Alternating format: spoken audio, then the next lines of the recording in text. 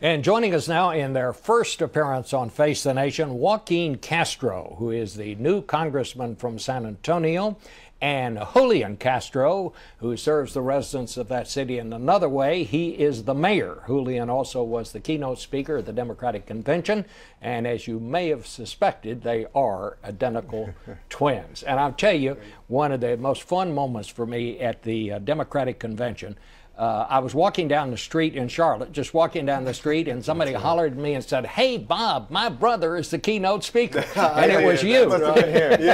So he was out there taking care of you, Mr. Mayor. I've also got to ask you something. I want to clear this up once and for all.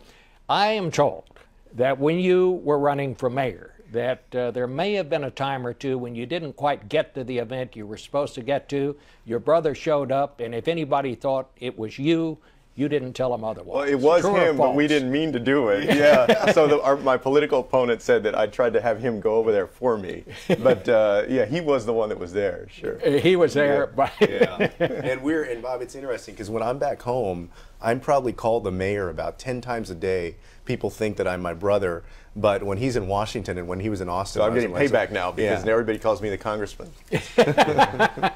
Well, I have a friend who served in Congress, and he always tells the story, his name's Bill Stuckey, he always tells the story about one of his constituents called him to complain about her water bill, and her water bill, and he said, "Well, ma'am, you ought to call the mayor about that." And she said, "Well, I didn't want to go that high." So who outranks who in this family? Well, probably Joaquin now. I say I do. He's a minute older than I am, so you know. He always I get the privileges of at least being a minute older, but both of us are very, very excited to be working on behalf of the folks of San Antonio. It's an exciting time for our family, of course, and this weekend is fantastic to be a part of it. Yeah. As a mayor, what's the most important issue to you, immigration reform or gun control?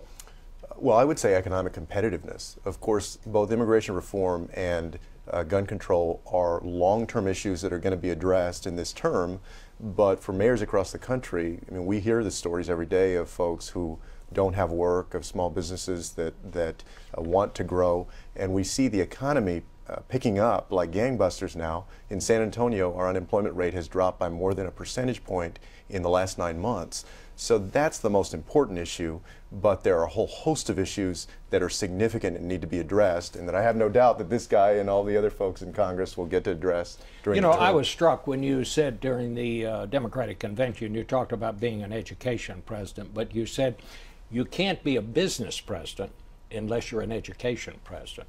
Yeah, you know, in San Antonio, we believe that brain power is the new currency of success in the 21st century global economy. And so the only way that America is going to be competitive, that our businesses are going to thrive in the long run when they have to compete against China, against other countries, is if we have a very well-educated population. It's my hope that in this term, President Obama will get to implement the great ideas that he has to link those two, education and economic competitiveness. If I didn't say so, you're both Democrats. Yeah, we are. I probably should add that. That's right. But Congressman, you're freshman congressman. What to you is the most important issue? Well, of course, Bob, you know, getting the nation's fiscal situation in order is probably the overarching issue that we need to deal with. Also, immigration reform, of course, gun safety. But I think right now, at the moment we're in our nation, making sure that both parties can come to the table and work and come to agreements in earnest.